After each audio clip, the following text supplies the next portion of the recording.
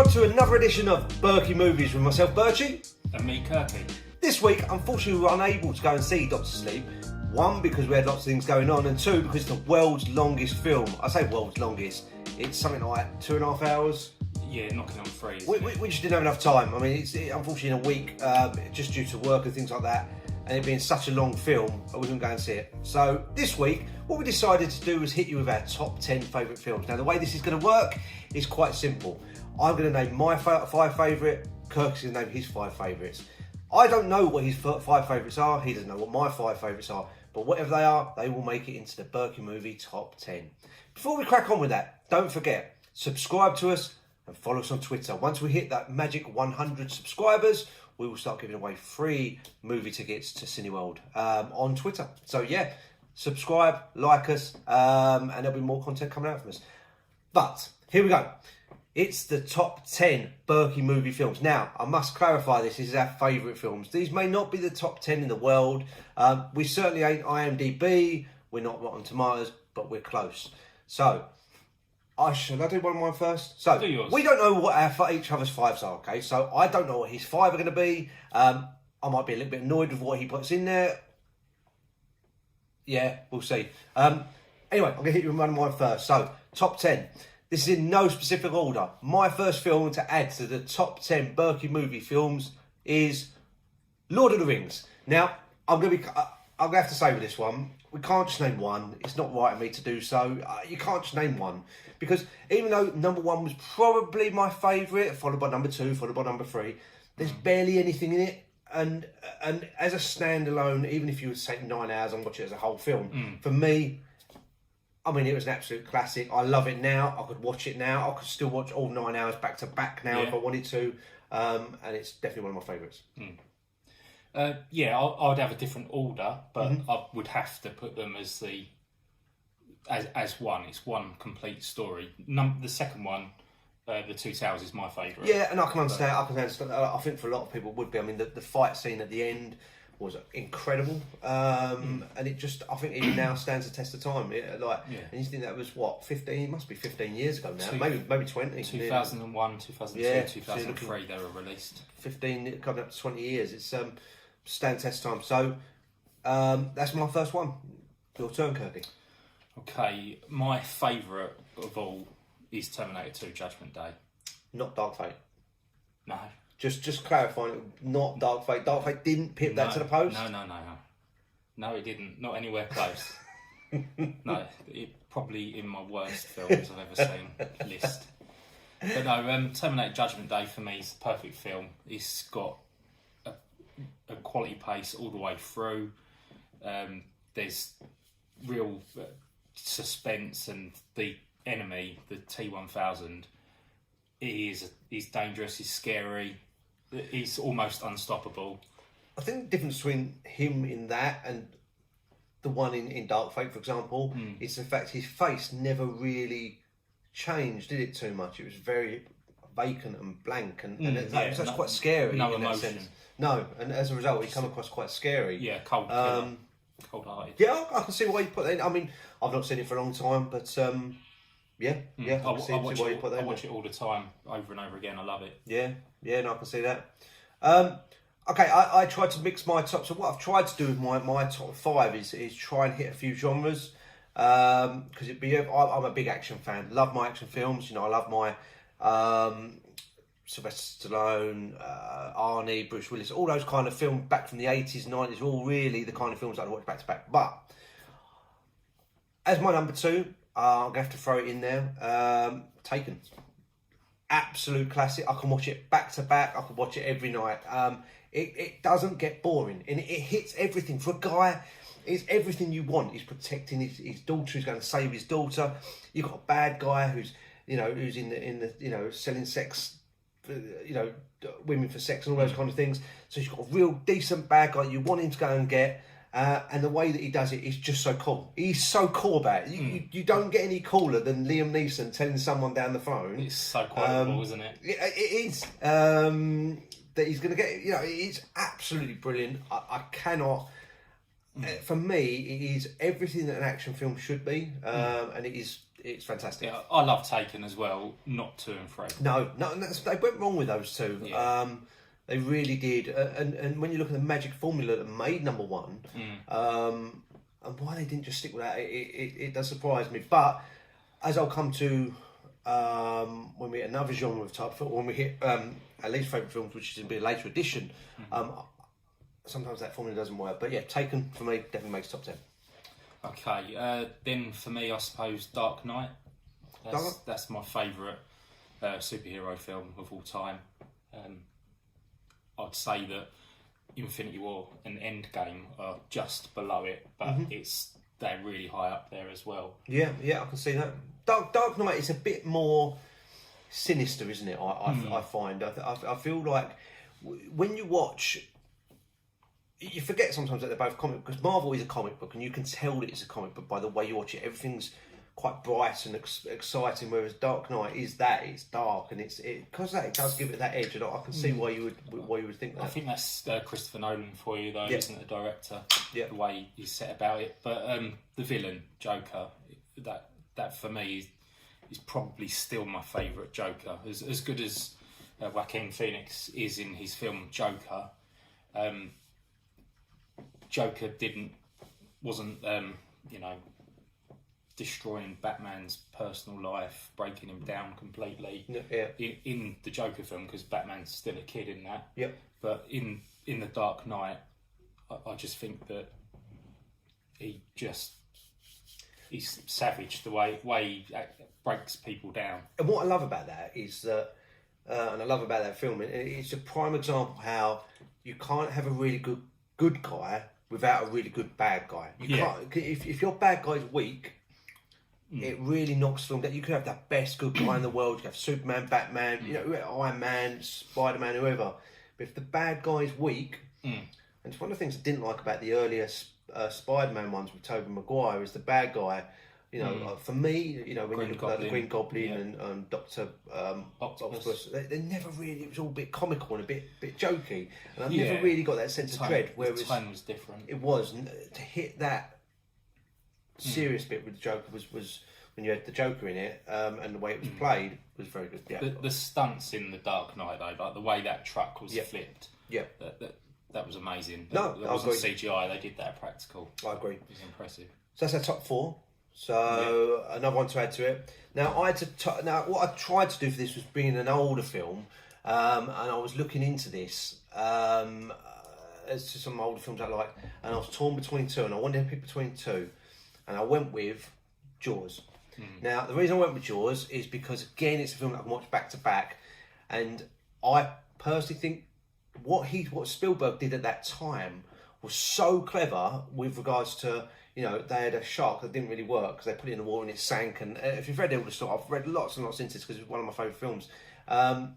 So what he had to do was use imagination and then make the camera be the shark and make that suspense. And as a result, it was actually brilliant. And it's so well done, so well performed, and the impact that had on people at that time who didn't want to get into the water. I mean, how many films can say they did that? How many films can say, as a result of seeing that film, now people are scared of getting in the water because they think something might happen. I mean, think a shark might get them. I mean, to have that impact was incredible for that time. And I'd challenge it to still have that impact today if people saw it. Certainly young people, if they saw that today, and the fear and dread of that. And dare I say it, and I'm going to say it, I think the shark in that film looks better than some of the CGI that I see nowadays in films. And that's saying something, because sometimes the CGI is really over the top. The shark, yes, it looked bad towards the end, but I still bought it a lot more than I do the CGI nowadays. And you have to forgive it, because what year was that? 1976? Something was like it? that, yeah. Yeah, so... And the music, I mean, that's famous even now. Even now, in today's day, you hear that and you know what that's about. I mean, it's... that's probably the scariest thing about the film, isn't it? The music makes the atmosphere. Before you've even seen the shark, that music's kicked in, and something bad's going to happen. It's brilliant. So definitely hits the top 10 for me. And it's quite often regarded as being like the first blockbuster film. Yes. Yep. So I can't see it ever not being popular. No, totally agree. Right, I'm going to do an older film now then. Go for it. Go on. Star Trek II: The Wrath of Khan, which is for me the best Star Trek film of them all. Okay. I mean, it's difficult for me to say because I've not seen too many Star Trek films. Have you seen Star Trek? I would have seen it. Oh, really? I probably have, but I can't. They, to me, I would have seen them once, and then they kind of go over my head. But that's just me. You're either a Star Trek fan or you're not, and I'm not. It's just never really been my thing. But for me, quality villain. Yep. Khan was absolutely fantastic. I don't think they've been able to match it since, and I think the film came out in 1982. Yep. So it was 81. It was 81, 82. So it's a really old film. It's before we were both born. Just. Yeah, for you.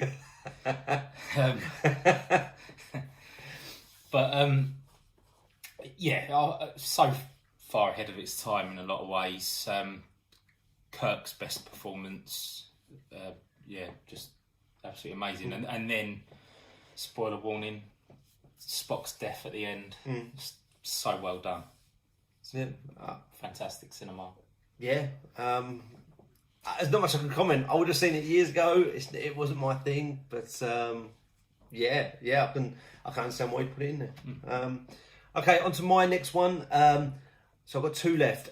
Right, the next one is probably my favourite film of all time, and I'm going to have to include it because it was.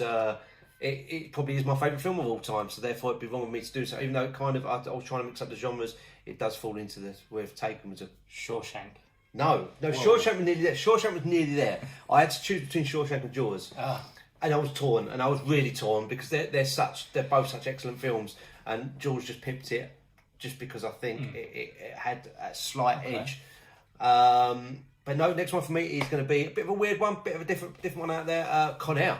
Con Air for me is what an action film has to be. Okay, if you're not going to go serious, like Taken had a serious context to it.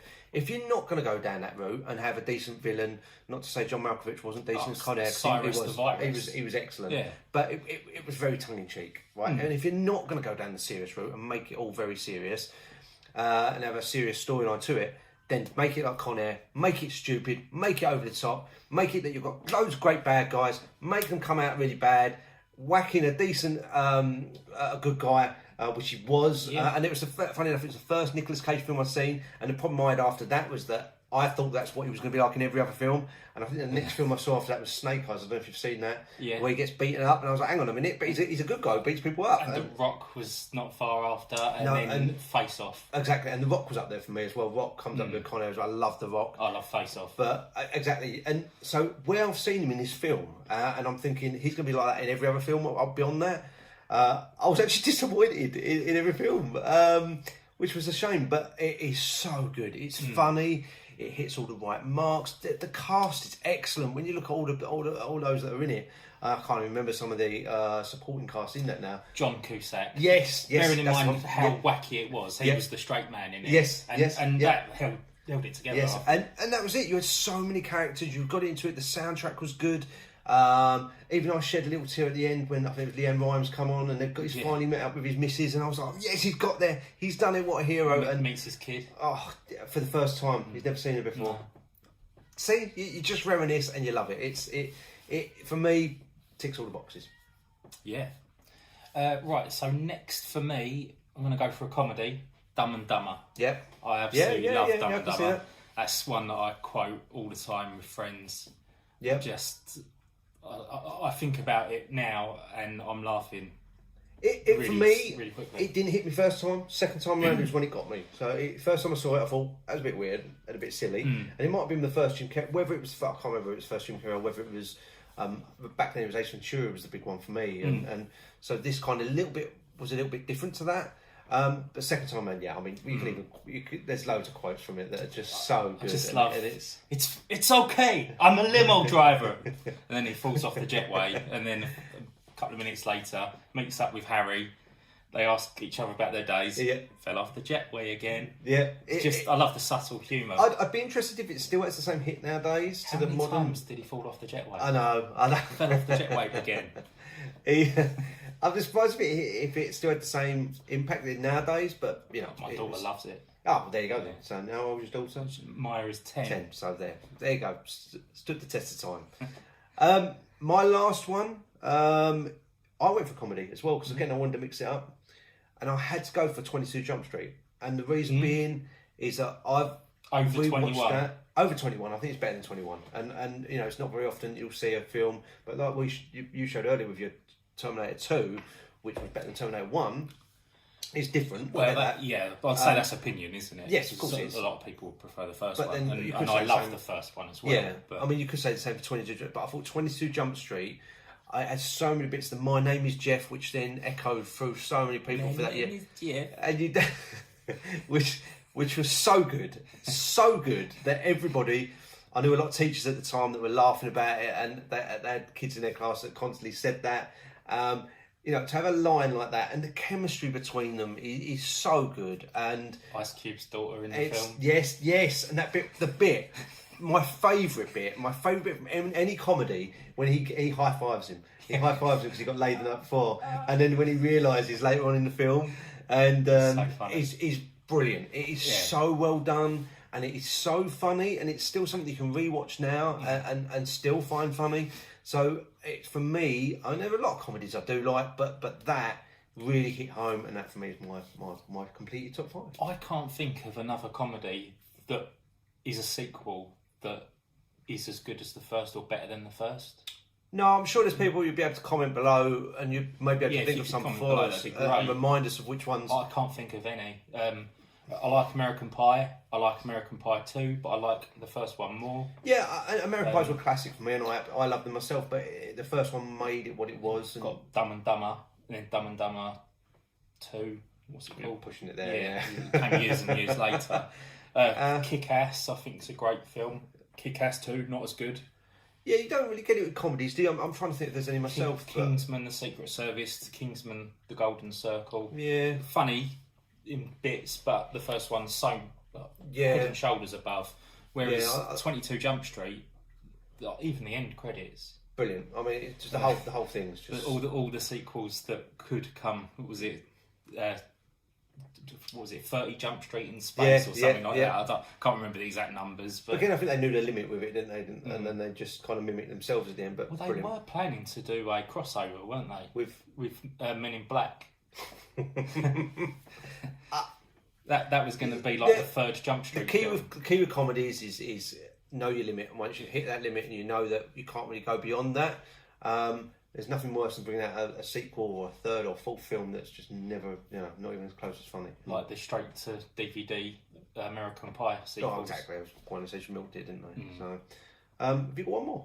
I've got one more. The Matrix. I know you're not a fan of this, but my God, the special effects, even now, most of them stand up in the first film. It's so much better than the sequels. I just think it's amazing. So far ahead of its time, and then the amount of films that went on to copy it. The way it did action. I'm going to see it and expecting to be blown away. And I was by the effects, and I thought it was very, very good. But I come away thinking, what was the point? It was just Morpheus just got on my nerves because every answer was a question. He never said anything straight. It was just it made you just question everything. But it got to a point where it just got really boring for me. And I suppose because it did have a definitive ending at the end, and I kind of need that. I need a definitive ending sometimes at the end of number 1. But it was basically leading to 2 and 3, wasn't it? I don't know. I'm not sure I agree with you there. I think they closed it off probably too well. They maybe shouldn't have closed it off quite as they did, because Neo kills Agent Smith. He's now clearly the one at the end. He can fly. He's virtually invincible. That made him too overpowered for me for the sequels. Yeah. No, I can understand that. I can understand. And the fights in the sequels looked like cartoons. I can understand why people love it, but just not for me. Not for me. The scene in the basement where they take on all the SWAT guys, I just think is absolutely amazing. The way the pillars were all disintegrating with all the shots fired, I absolutely love it. The pace of the action films, the battle at the train station between Agent Smith and Neo, I just absolutely love it. No, I can't argue with it. Wouldn't be my top 10, but there is no spoon. There is no spoon. Anyway, guys, this is our top 10. So going from 1st to 10th, again, it's in no specific order. But number 1, Lord of the Rings. Yeah, right, so I went for Terminator 2 Judgment Day. Was your number 2. My number 3, I believe, was Taken. Yeah. I think. Yeah. Yeah, yeah, it was. Taken. Taken was number 3. I'm just thinking, you've put Taken above Die Hard. I know, but I think... Yeah, I have to, just for rewatchability. I think that you can watch Die Hard again, you can watch it again and again and again, but it just doesn't pack the same punch as Die Hard does. As Taken does. Right, yeah. Okay. So, I can't remember the order. Dumb and Dumber, I said.